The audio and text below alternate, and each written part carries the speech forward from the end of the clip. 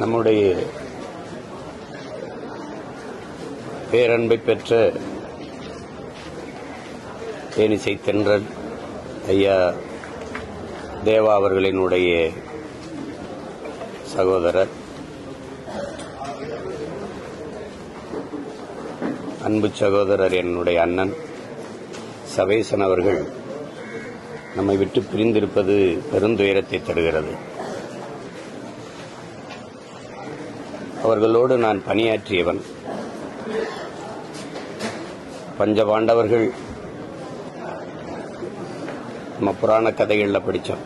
ஆனால் நிஜ வாழ்க்கையில் அவர்களுடைய குடும்பம்தான் அப்படி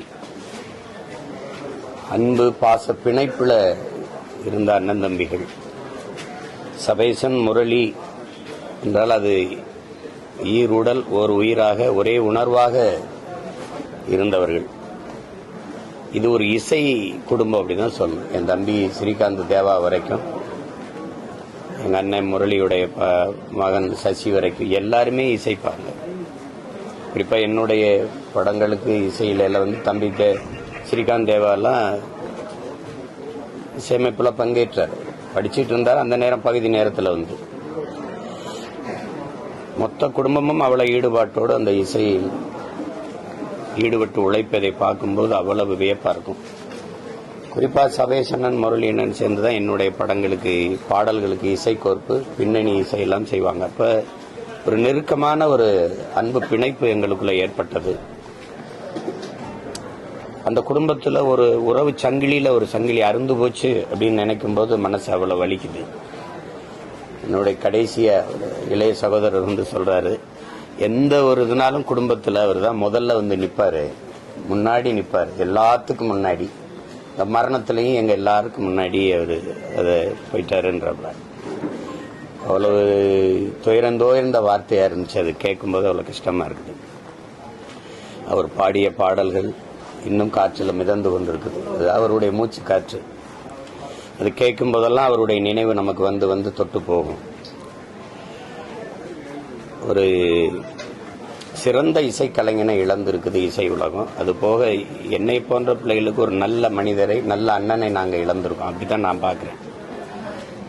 அது முரளி அண்ணனை பார்க்கும்போது எல்லாத்துலேயும் கூட இருந்துட்டு இப்படி விட்டுட்டு போயிட்டா அப்படின்னு சொல்லும்போது அவ்வளவு இதாக இருக்கு.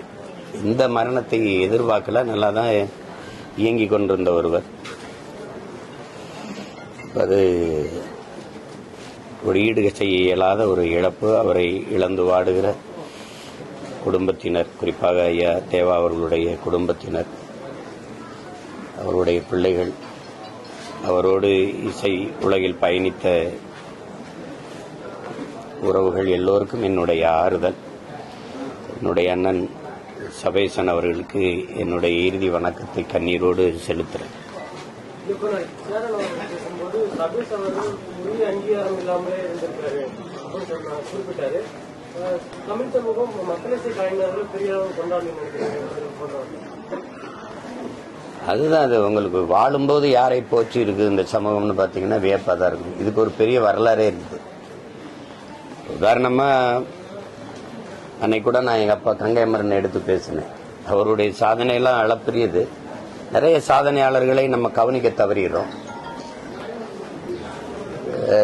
பெரிய நிலவு வெளிச்சத்தில் சின்ன சின்ன நட்சத்திரங்கள் மறைந்து போகிற மாதிரி ஆயிடுது. அதில் ஒருத்தர் நம்ம அண்ணன் சபேசன், முரளி. அவங்க ரெண்டு பேரும் மிகச்சிறந்த படங்களுக்கு பின்னணி இசை. ஏன்னா சேரனும் பணியாற்றிருக்கிறார், அவங்களோட நானும் பணியாற்றிருக்கிறேன்.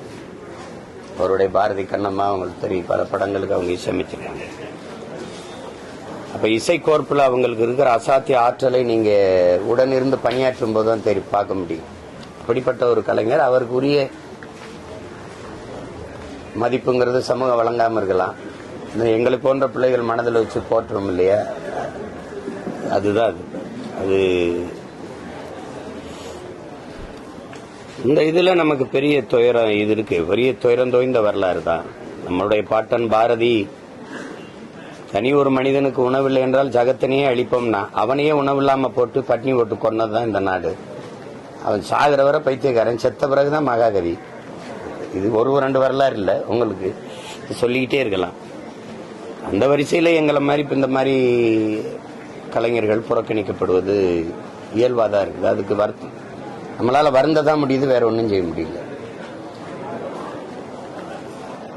ஆனால் இசை உலகில் வந்து சபேசன், முரளி இரு இணையர்களுடைய அண்ணன் தம்பி 2 பேருடைய பங்களிப்பு, தேனிசை தென்றல் தேவா என்றால் இவர்கள் 2 பேரும் இல்லாமல் இல்லை. புரியாது. அப்படிப்பட்ட ஒரு இசை இளவல்கள் தான் சொல்லணும் 2 பேரும். அவருக்கு ஐயா தேவாவுக்கு வலதுகரமும் இடதுகரமும் 2 சகோதரர்கள் தான். அப்படி ஒரு ஈடுபாட்டோடு இணைந்து இருந்த ஒரு இசை குடும்பத்தில் ஒருவர் இல்லை அப்படிங்கும்போது அது அந்த வலி ரொம்ப அதிகம்தான்.